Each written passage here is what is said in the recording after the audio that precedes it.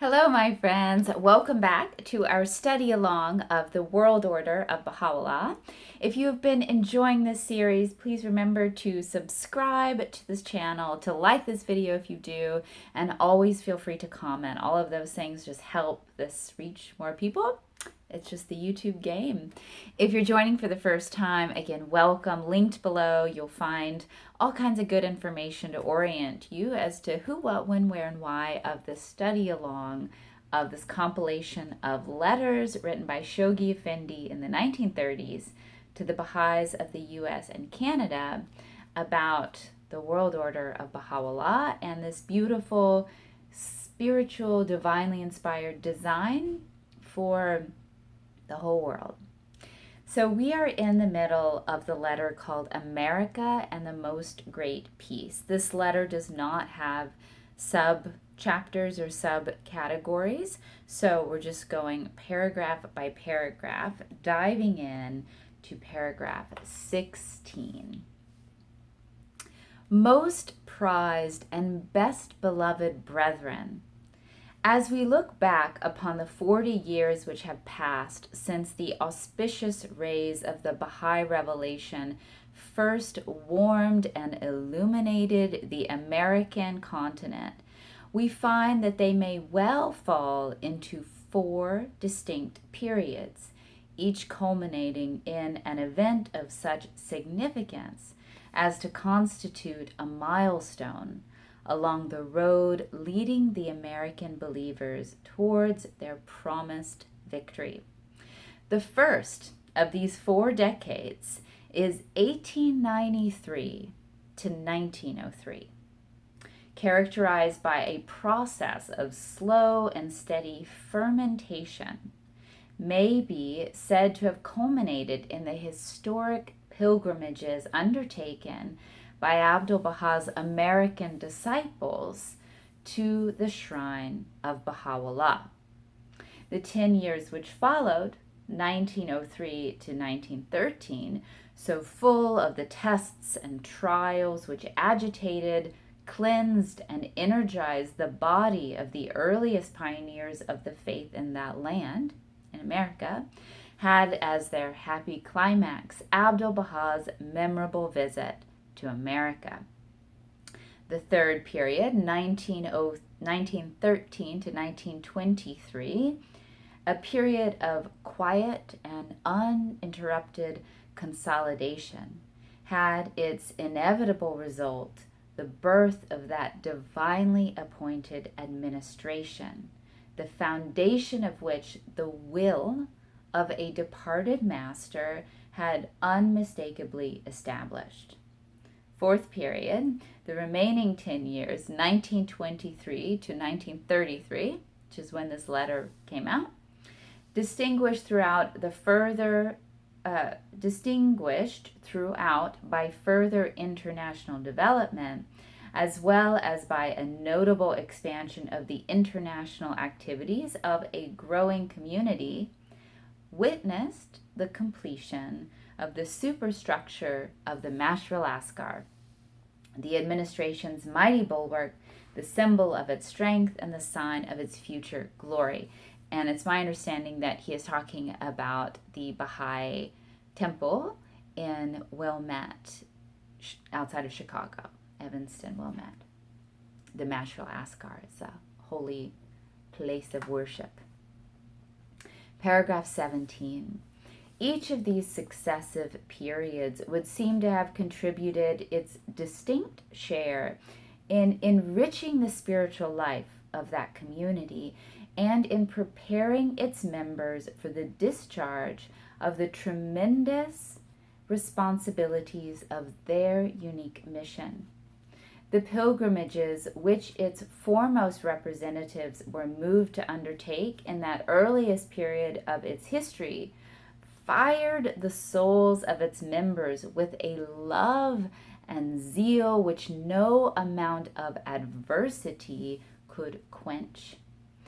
These tests and tribulations it subsequently suffered enabled those who survived them to obtain a grasp of the implications of their faith that no opposition, however determined and well organized, could ever hope to weaken.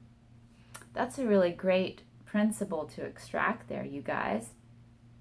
The tests and tribulations the community subsequently suffered enabled those who survived them to obtain a grasp of the implications of their faith that no opposition, however well organized, could ever hope to weaken. Those who survived the tribulations, and I think he means survived spiritually, their faith survived. The institutions which its tried and tested adherents later on established furnished their promoters with the poise and stability which the increase of their numbers and the ceaseless extension of their activities urgently demanded. Poise and stability. I like that. And finally, the temple, which the exponents of an already firmly established administration were inspired to erect, gave them the vision which neither the storms of eternal discord nor the whirlwinds of international commotion could possibly obscure. It would take me too long to attempt even a brief description of the first stirrings which the introduction of the Baha'i revelation into the new world, as conceived, initiated, and directed by our beloved Master, immediately created.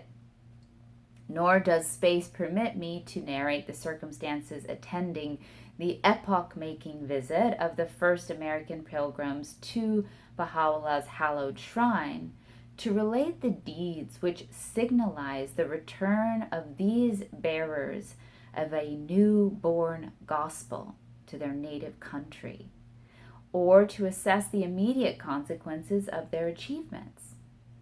No word of mine would suffice to express how instantly the revelation of Abdu'l-Baha's hopes, expectations, and purpose for an awakened continent electrified the minds and hearts of those who were privileged to hear him, who were made the recipients of his inestimable blessings and the chosen repositories of his confidence and trust.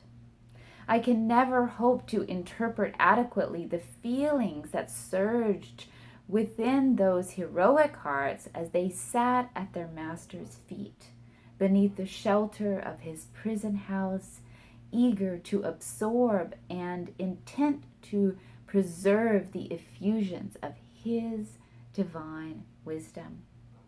I can never pay sufficient tribute to that spirit of unyielding determination which the impact of a magnetic personality and the spell of a mighty utterance kindled in the entire company of these returning pilgrims, these consecrated heralds of the covenant of God at so decisive an epoch of their history. The memory of such names as Lua, Chase, MacNutt, Dealey, Goodall, Dodge, Farmer, and Brittingham, to mention only a few of that immortal galaxy of now gathered to the glory of Baha'u'llah, will forever remain associated with the rise and establishment of his faith in the American continent, and will continue to shed on its annals a luster that time can never dim. Paragraph 19. It was through these pilgrimages, as they succeeded one another in the years immediately following the ascension of Baha'u'llah, that the splendor of the covenant, beclouded for a time by the apparent ascendancy of its arc breaker, I believe that's Muhammad Ali, Baha'u'llah's son, Abdu'l-Baha's half-brother, emerged triumphant amidst the vicissitudes that afflicted it. Okay, so since I broke that up, I'm going to back up. So it was through these pilgrimages, immediately following the ascension of Baha'u'llah, that the splendor of the covenant, which had been beclouded by this arch breaker, but then the splendor of the covenant emerged triumphant amidst the vicissitudes that had afflicted it. It was through the arrival of these pilgrims, and these alone, that the gloom which enveloped the disconsolate members of Abdu'l-Baha's family was finally dispelled. Through the arrival of the pilgrimages, it dispelled the gloom that had surrounded Abdu'l-Baha's family. Through the agency of these successive visitors, the greatest holy leaf, Baha'u'llah's daughter, Abdu'l-Baha's sister, who alone with her brother, Abdu'l-Baha, among the members of her father's household, had to confront the rebellion of almost the entire company of her relatives and associates, found that consolation which so powerfully sustained her to the very close of her life. Isn't that beautiful? That it was the flow of the pilgrims that strengthened her and sustained her. By the forces which this little band of returning pilgrims was able to release in the heart of that continent, and the death knell of every scheme initiated by the would-be wrecker of the cause of God was sounded. So cool. All right, my friends, that concludes paragraph 19 of America and the Most Great Peace.